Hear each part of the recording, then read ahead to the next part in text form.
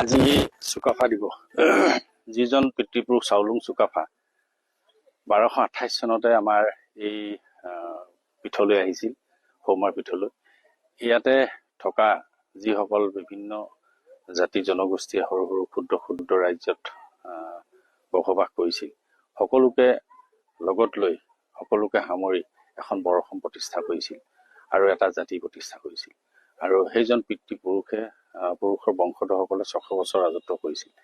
আজি তেওঁলোকৰ সমাধিস্থলীত আমি প্ৰত্যেক বছৰে এনেধৰণে তেখেতৰ আগমনৰ দিনটো আমি এই চুকাফা দিৱস হিচাপে বা অসম দিৱস হিচাপে পালন কৰোঁ। আগতে চুকাফা দিৱস বুলি পালন কৰিছিলোঁ, এতিয়া অসম দিৱস হিচাপে চৰকাৰে ঘোষণা কৰিলে। আজি এই অসম দিৱসৰ দিনা তেখেতসকলৰ সমাধিস্থলীৰ পৰা আমি সকলো অসমৰ ৰাইজ লগতে সকলো জনসাধাৰণৰ প্ৰতি মংগল কামনা কৰিছোঁ। কাৰণ তেখেতসকলৰ উপৰিপুৰুষৰ আশীৰ্বাদ থাকিলে কোনো ৰাইজৰ বা কোনো জনসাধাৰণৰ বিপদ নহয়, অমংগল নহয়। সেইটো আমি এই জেগাত আমি যিমান দিনৰ পৰা আমি কৰি আহিছোঁ, আমি সিমান দিনৰ পৰা আমাৰ এটা বিশ্বাস আছে যে কোনোদিনেই মানুহ বিপদত নপৰে। ইয়াত যদি শুদ্ধ অন্তৰে চাকি এগছ জ্বলাই বা পূজা ভাগি দিয়ে, যদি পূজা ভাগি যদি শুদ্ধ হয়, কাম সফল হ'বই, এইটো আমাৰ দৃঢ় বিশ্বাস আছে। আমাৰ মাননীয় মুখ্যমন্ত্ৰী মহোদয়েও যেনেধৰণে কাম কৰিছে, ইয়াত ৰাইজে অন্তৰে যি পূজা পাতল কৰে, উপৰিপুৰুষসকলক চিন্তা চৰ্চা কৰে বা উপৰিপুৰুষসকলৰ নামত চাকি এগছি জ্বলায়, আৰু তাৰ ফলশ্ৰুতিত আজি চৰকাৰেও যিকোনো কাম কৰিবলৈ সহজ হৈছে।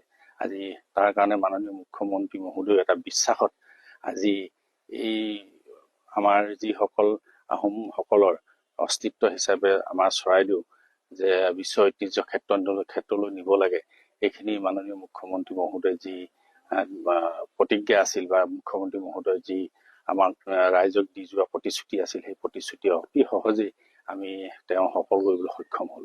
তাৰ এজন পিতৃপুৰুষৰ নামত, যিজনৰ নামত আজি আমি অসম দিৱস পালন কৰিছোঁ, সেইজনৰ নামতেই এখন বিশ্ববিদ্যালয় স্থাপনৰ কাৰণে কেন্দ্ৰীয় চৰকাৰ, অসম চৰকাৰৰ লগত সিদ্ধান্ত লৈ, অৰ্থাৎ কেন্দ্ৰীয় চৰকাৰৰ অনুমোদন নহ'লে যে অসম চৰকাৰে যে সততে কৰিব নোৱাৰে তেনেকুৱা ধৰণৰ এখন বিশ্ববিদ্যালয় আজি মাননীয় মুখ্যমন্ত্ৰী মহোদয় এইটো অশেষ প্ৰচেষ্টা হাতত লৈছিল বা মনত ৰাখিছিল।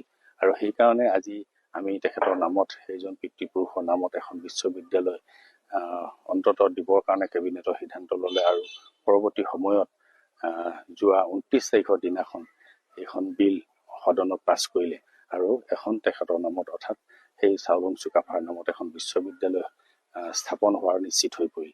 গতিকে আজি সমগ্ৰ অসমখনক, সমগ্ৰ জাতিটোক ভৱিষ্যত চিনাকি দি থাকিবলৈ আমাৰ যিমান য'ত যি নকৰিলেও কিন্তু এই বিশ্ব ঐতিহ্য ক্ষেত্ৰ আমাৰ চৰাইদেউ আৰু চাওলুং চুকাফাৰ নামত যিখন বিশ্ববিদ্যালয়, এই দুটাই আমাৰ অসমীয়া জাতিটো, আমাৰ অসমখনক হাজাৰ বছৰ পাছলৈকে চিনাকি দি থব।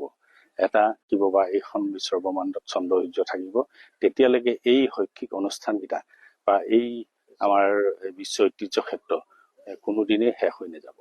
গতিকে আমিও আশাবাদী আৰু ভৱিষ্যত আমাৰ অসমীয়া জাতি এই উপৰিপুৰুষসকলৰ আশীৰ্বাদ থকালৈকে অসমীয়া জাতি জীয়াই থাকিব।